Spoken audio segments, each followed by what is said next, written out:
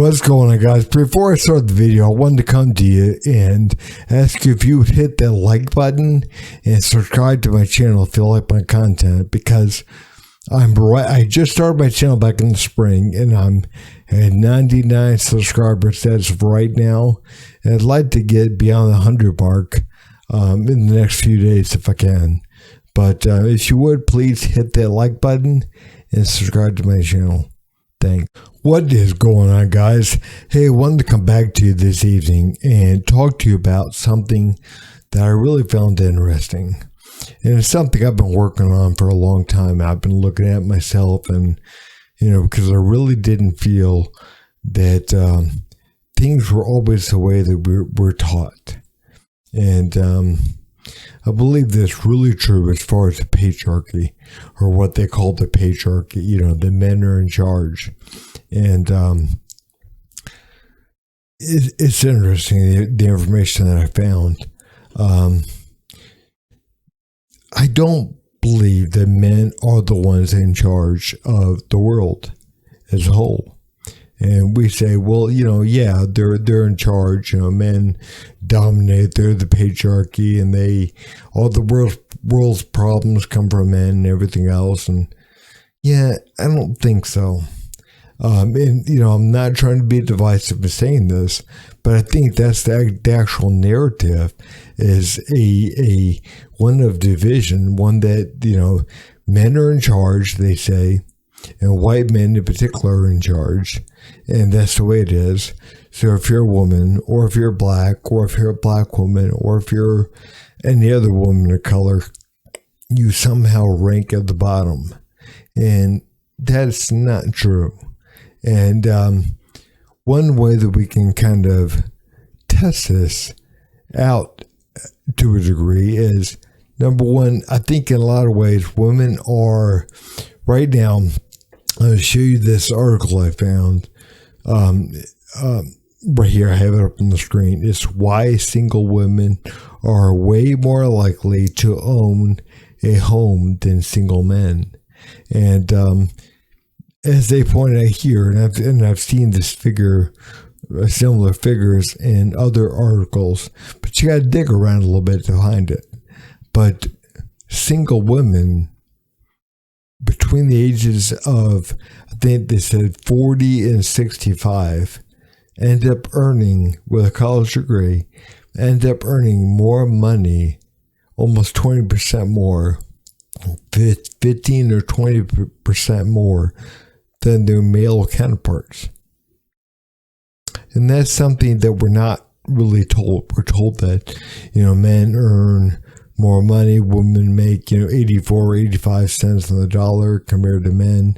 And why in certain degrees that's true.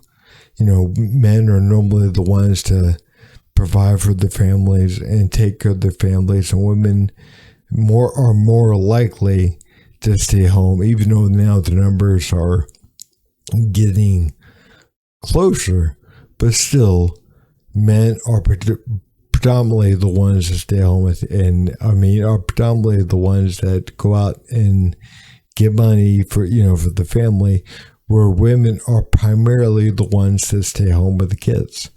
And that's the way it's been throughout history, and we can argue well, it shouldn't be that way, but the fact of the matter is, women are born with the body parts necessary to birth a child, and men don't do that. So, men mostly go to work, and women mostly stay at home when the children are very young, at least. And anyways, they're finding out that a lot of stuff from reading points to the fact that married women are typically the ones that stay at home, or they work less hour-wise than a man does. They typically make less money because of that, and not because there's some kind of a gap or pay wage difference between men and women, discrimination or whatnot. So, but it's interesting because we're taught that the reason why men make more, and particularly married men make more, is because of this patriarchal wage gap. And that's really not the case. And that's what this article kind of points out in a minute. But it's interesting also, like 60-40. People that go, 100% of people that go to college, 60% are female, where 40% are male and starting college. Okay, and the numbers as far as graduating college are close to 70%. I think female, close to, it's like 68% or something like that, and like 30, and graduating college women, and 32% male. It's so, but again, we're being led to believe women are more educated than men are. So we're being led to believe that, again, there's some kind of patriarchy, that the men run the world, that men control everything, and men, and again, there's so much of an imbalance. I mean, look at the education system. There's so much of an imbalance there between men and women. Women dominate the educational system, which I understand is somewhat lower paying than, like engineering jobs or whatever. But what I'm trying to get to is that women educate the kids for the most part. And right now there's a push towards things like transgenderism and equality with this and equality for that, and everyone's a victim. And I think a lot of it is because everything is very emotional, which is, I don't want to catch health with this, but it's more female driven than male, and everything is very emotional, very, very, everything is very victimness, and it's like, the ones pushing that stuff, let's be honest, the ones pushing this are women, not men. Even as far as like, like bringing kids to gender affirming appointments and things like that, to get hormone blockers or whatever. Yeah, men do it on occasion, but majority of the parents that bring kids to that kind of bullshit are women. Again, things are very skewed in a particular direction. I remember being involved with the men's group. I was involved with the men's group up until, it was, I guess, several months now. But I was involved with the men's group, and it was interesting because I brought up a point about a year ago. I said, one of the reasons why I kind of got out of the men's group is I brought up a point to the men's group. I said, I think the pendulum has swung too far in one direction. We've gone too far feminizing everything as far as masculine. We're not balanced. And I remember one of the guys in the group, one of the head guys in the group, saying, well, I don't believe that's so. I don't believe the one bit. It's like there is no balance to the way things are right now, and which is causing what the problem is. It's not some kind of male patriarchy and bad men or whatever. And that's a common reoccurrence I see even in like men's groups, men's self-help groups and stuff. It's like there is kind of an underlying narrative that we are bad, that masculinity is wrong, and masculinity is not attacking someone or whatever. That's beta males. That's more feminizing things in a way. That's a very unbalanced man that does that kind of stuff. And I told him, I'm not saying that I've been immune to that kind of stuff in the past, but it's like that is the kind of stuff that is it's not masculine. It's not real masculine kind of behavior. That's toxic behavior. And you're seeing a lot of it on all fronts now. I mean, again, kind of like Dennis Prager said, men kill people, women kill society. And I really believe that's true in a lot of ways. It's, again, women are the ones that can educate the world. But I wanted to look at this article for a second. Again, it's why single women are way more likely to own a home than single men. And one part I wanted to point out here is right here. Further research has shown that unmarried college-educated women between the ages of 40 and 64 earn an average of 17.5% more than their male peers. I mean, we got to admit this is not being taught. We're not being taught this stuff. And again, people like Morgan Stanley, they put out an article a few years ago called "The Rise of the She Economy," which is something that I think people should take a look at. It's called "The Rise of the She Economy," and it's talking about how more and more women are single, and that's going to rise as the years go by. And again, people, men and women are both single. I mean, it's becoming a problem. But they understand, Morgan Stanley understands that's where to put the money. That's where to hedge your bets. Is something involved with something around that, because women are going to be more and more likely to be single and be working their entire lives. It's not the way it used to be. But also, one thing I wanted to show you here is another article that, again, I find interesting, and it is percentage of births to unmarried women in the United States from 1980 to 2020. And right now, I think we're almost at 41%.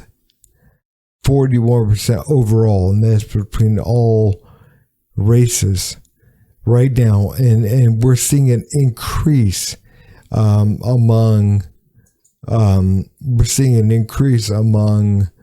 white women, white mothers. We're seeing a big increase as far as their unmarried mothers, and it's a big increase in what it was. I think it was something like it was less than 30% or something years, and 30 years ago, and now it's somewhere in the neighborhood of like, well, you're seeing the average right there, but I think for white women, I think it might have been 18% or 19%. It was pretty low, and now it's somewhere like 32% or something. It's like we're seeing an increase. We're seeing things go by. Don't quote me on the numbers. I can't remember exactly what the numbers are, but we're seeing an increase in single motherhood among whites. And right now, I think black females somewhere around 69% that black mothers are single. 69%. I mean, that's horrible. And where women can't do the jobs of being a father. They can't. I'm sorry. It doesn't happen. It's not like, I'm being nasty by saying that, but women don't do the jobs of being a father. They can't do it. And, they can try. I'm not saying they're bad for trying or whatever. I mean, yeah, they definitely, if there's no man around, they got to do the best they can. But the fact of the matter is they can't be a father. They can't be an effective father. And we are, in a way, pushing that idea as a culture. We're pushing that idea of women need, the most important things in their lives are going to be career and their money and this and that and the other. And it's not going to be. It's your family. It's for men and women, it's family. It's not, it's not money, it's not career, but definitely for women. I mean, we're getting away from the kind of the natural order of things in a way. And the further we get down that road, the worse it's going to get for us. And I understand, I'm probably, I'm probably going to catch backlash because of this, but we're pushing back against the way things have been for many years. And in so doing, we're finding ourselves in worse and worse and worse predicaments. Sex is getting, 28% of men 30 and under don't have sex. And 18% of women, I think, in the same age range don't have sex. But almost 30% of men, 18 to 30, don't have sex. I mean, that's shocking. That's a shocking, shocking number. There's no purpose.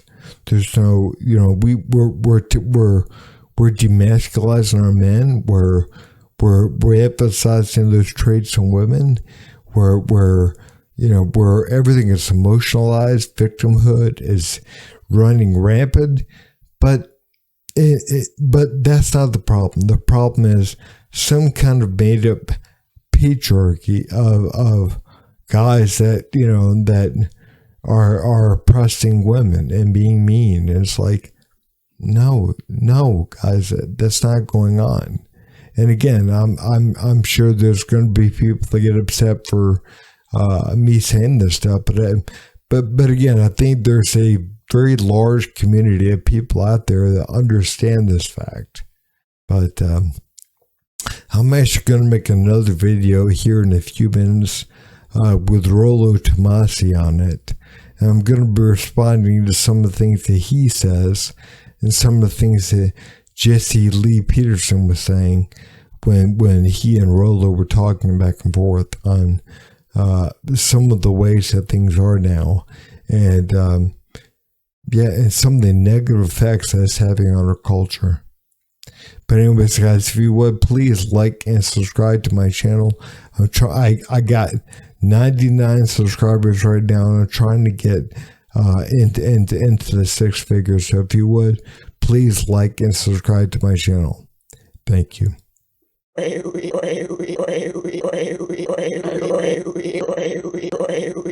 You son of a